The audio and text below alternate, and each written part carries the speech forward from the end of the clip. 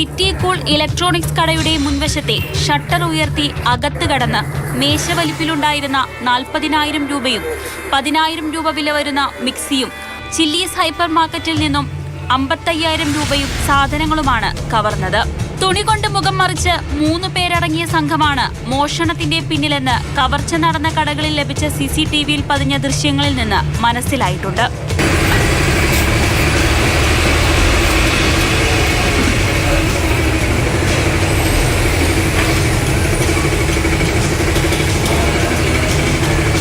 City cool electronic കടയിൽ ഇന്നലെ പുലർച്ചെ 4ഓടെയാണ് മൂവർ സംഘം എത്തിയത്.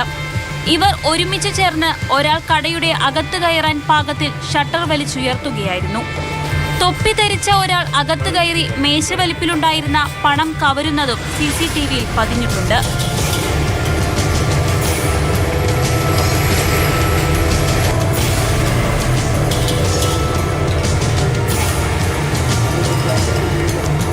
കവർച്ചയ്ക്ക് ശേഷം ടൗൺ പോലീസ് സ്റ്റേഷൻ ഭാഗത്തേക്ക് പോകുന്നതും CCTVയിലുണ്ട്.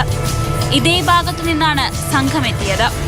പ്രതികളെന്ന് സംശയിക്കുന്ന മൂവരെയും വ്യക്തമായി തിരിച്ചറിയാൻ സാധിക്കുന്ന ദൃശ്യങ്ങളാണ് ക്യാമറയിലുള്ളത്. തായലങ്ങാടിയിലെ ചില്ലീസ് ഹൈപ്പർ മാർക്കറ്റിലും ഇതേ മാതൃകയിലാണ് കവർച്ച നടത്തിയത്. പുലർച്ചെ 3-നാണ് മൂവി മാക്സസ് റോഡ് ജംഗ്ഷനിലുള്ള ബേബി ഷോപ്പിൽ കവർച്ചാ ശ്രമം നടന്നത്. ദേശീയപാതയോട് ചേർന്നുള്ള കറന്തക്കാട്ടെ ഡ്രൈ ഫ്രൂട്ട്സ് കടയിൽ കവർച്ചാ ശ്രമം നടന്നത് ഷട്ടർ ഉയർത്തി ഒരാൾ അകത്തേക്ക് കടക്കാൻ ശ്രമിച്ചുവെങ്കിലും ഗ്ലാസ് വാതിലുകളായതിനാൽ സാധനങ്ങൾ സൂക്ഷിച്ച ഇടങ്ങളിലേക്ക് കടക്കാനായില്ല.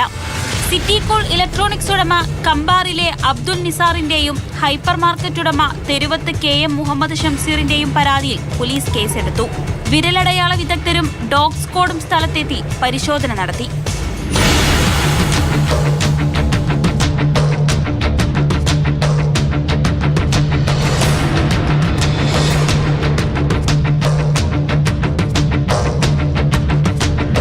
മാതൃഭൂമി ന്യൂസ്, കാസർഗോഡ്.